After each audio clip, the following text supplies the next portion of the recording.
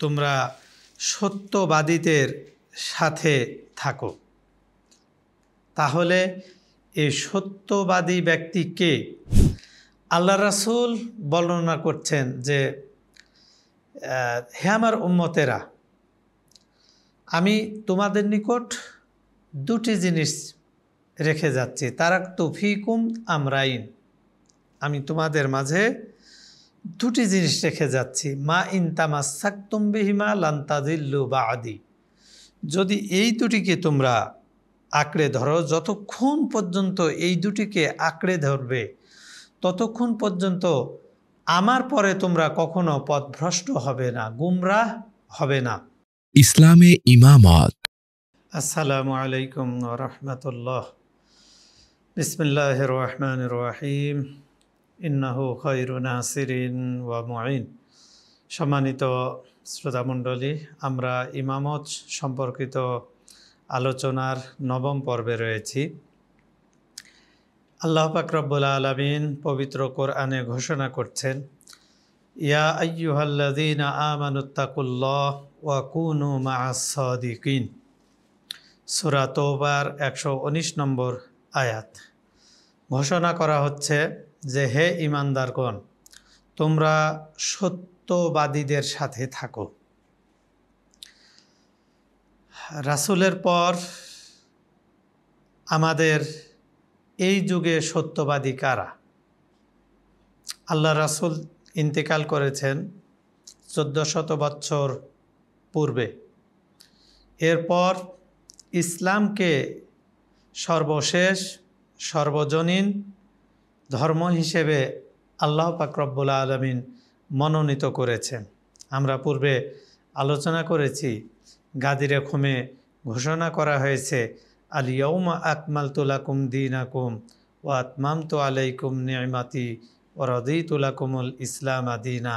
আজকে দিন পরিপূর্ণ হয়ে গেছে, আজকে নিয়ামত পরিপূর্ণ হয়ে গেছে এবং পরিপূর্ণ দিন হিসেবে ইসলামকে আল্লাহ পাক রব্বুল আলামিন মনোনীত করেছেন। এরপর পবিত্র কোরআনের এই আয়াতে বলা হচ্ছে যে তোমরা সত্যবাদীদের সাথে থাকো। তাহলে এই সত্যবাদী ব্যক্তিকে আমরা স্বাভাবিকভাবেই বুঝি যে সত্যবাদী ব্যক্তি কখনো মিথ্যা বলে না, কোনো ক্ষেত্রেই মিথ্যা বলে না। যে ব্যক্তি জীবনে একবার মিথ্যা বলে সে হাজারটা মিথ্যা বলতে পারে, যদি কেউ না বলে সেটা হলো তার বিষয়। কিন্তু সত্যবাদিত্ব থেকে নিরঙ্কুশ সত্য, এ থেকে কিন্তু দূরে সরে যাবে। যে ব্যক্তি একবার ভুল করে সে ব্যক্তি শতবার ভুল করতে পারে। কিন্তু কোরআন শরীফের ঘোষণা, ঈমানদারদেরকে ডেকে বলা হচ্ছে যে হে ঈমানদারগণ, তোমরা সত্যবাদীদের সাথে থাকো। এক্ষেত্রে আমরা এই আয়াতের তাফসির অধ্যয়ন করলে দেখি যে এই আয়াতে যাদেরকে সত্যবাদী হিসেবে উল্লেখ করা হয়েছে তারা হচ্ছেন আল্লাহর রাসূল এবং তার পবিত্র আহলে বাইত। আল্লাহ রাসূল এবং রাসূলের আহলে বাইত কখনো কোনো অবস্থাতেই মিথ্যা বলেননি, কোনো অবস্থাতেই না। বিশেষ করে একটা হলো আমাদের দৈনন্দিন জীবনের বিষয়, সামাজিক জীবন, আর একটি হচ্ছে আল্লাহর মনোনীত ধর্মের বিষয়, দ্বীনের বিষয়। এটা কোনো স্বাভাবিক বিষয় না। তো রাসূল এবং রাসূলের আহলে বাইত কারা? আমরা রাসূলকে চিনি, কিন্তু রাসূলের আহলে বাইত সম্পর্কে আমাদের অনেকেরই তেমন ধারণা নাই। আর ইমামতের যে ধারাটা, আমরা যেহেতু ইমামত সম্পর্কে আলোচনা করছি, ইমামতের আলোচনা বা ইমামতের বিষয়টি কোনো ক্ষেত্রেই আহলে বাইত থেকে আলাদা নয়। যারা ইমাম হিসেবে নির্ধারণ হয়েছেন তারা প্রত্যেকেই রাসূলের পবিত্র আহলে বাইতের সদস্য, রাসূলের আহলে বাইতের সদস্য। আসুন আমরা দেখি যে রাসূলের আহলে বাইত কে, এ সম্পর্কে আমাদের জানা দরকার। অত্যন্ত মশহুর এবং প্রসিদ্ধ মুতাওয়াতির হাদিস, যে হাদিস প্রায় সকল মাযহাবের গ্রন্থেই এসেছে, যে হাদিসকে বলি আমরা হাদিসে সাকালাইন। আল্লাহ রাসূল বর্ণনা করছেন যে হে আমার উম্মতেরা, আমি তোমাদের নিকট দুটি জিনিস রেখে যাচ্ছি, তারাকতু ফিকুম আমরাইন, আমি তোমাদের মাঝে দুটি জিনিস রেখে যাচ্ছি, মা ইন তামাসসাকতুম বিহিমা লান তাযিল্লু বা'দি, যদি এই দুটিকে তোমরা আঁকড়ে ধরো, যতক্ষণ পর্যন্ত এই দুটিকে আঁকড়ে ধরবে ততক্ষণ পর্যন্ত আমার পরে তোমরা কখনো পথভ্রষ্ট হবে না, গুমরাহ হবে না।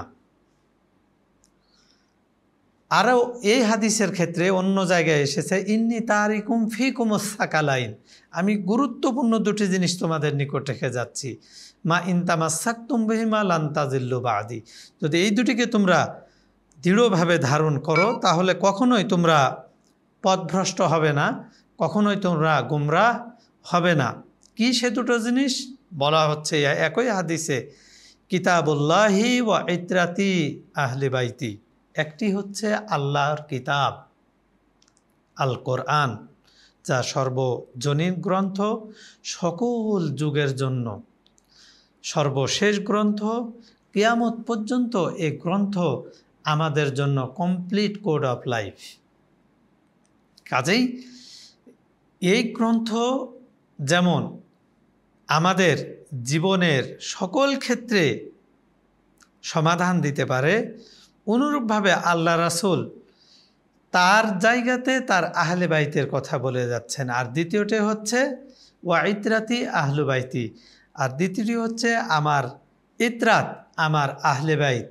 আল্লাহ রাসূল এ কথা বলে যাচ্ছেন, দেখো আমি তোমাদের মাঝ থেকে চলে যাব, কিন্তু কোরআন থাকবে, আমি তোমাদের মাঝ থেকে চলে যাব, কিন্তু আহলে বাইত থাকবে, আমার আহলে বাইতের অনুসরণ করো তোমরা আমার পরে। যদি আমার পরে আমার আহলে বাইতের অনুসরণ করো তাহলে তোমরা যেন আমারই অনুসরণ করছো। কেননা রাসূলের আহলে বাইতকে আল্লাহ পাক রব্বুল আলামিন পবিত্র হিসেবে ঘোষণা করেছেন। সূরা আহজাবের ৩৩ নম্বর আয়াতে ঘোষণা করা হচ্ছে, ইন্নামা ইউরিদুল্লাহু লিইউযহিবা আনকুমুর রিজসা আহলাল বাইত ওয়া ইউতাহহিরাকুম তাতহীরা।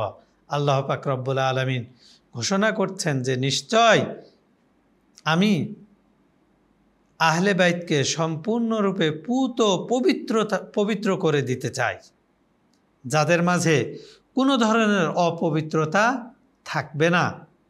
তাহলে আহলে বাইত এমন এক অস্তিত্ব, প্রকৃতপক্ষে আল্লাহ রাসূল এই রাসূলের আহলে বাইতের প্রথম সদস্য, তারপরে হজরত আলী, মা ফাতেমা, ইমাম হাসান, ইমাম হুসাইন, ইমাম জৈনুল আবেদিন, ইমাম বাকের, ইমাম সাদেক থেকে শুরু করে সর্বশেষ ইমাম মাহদি আজ্জালাল্লাহু তাআলা ফারাজাহুশ শরীফ পর্যন্ত রাসূলের আহলে বাইতকে আল্লাহ পাক রব্বুল আলামিন পবিত্র হিসেবে ঘোষণা করেছেন।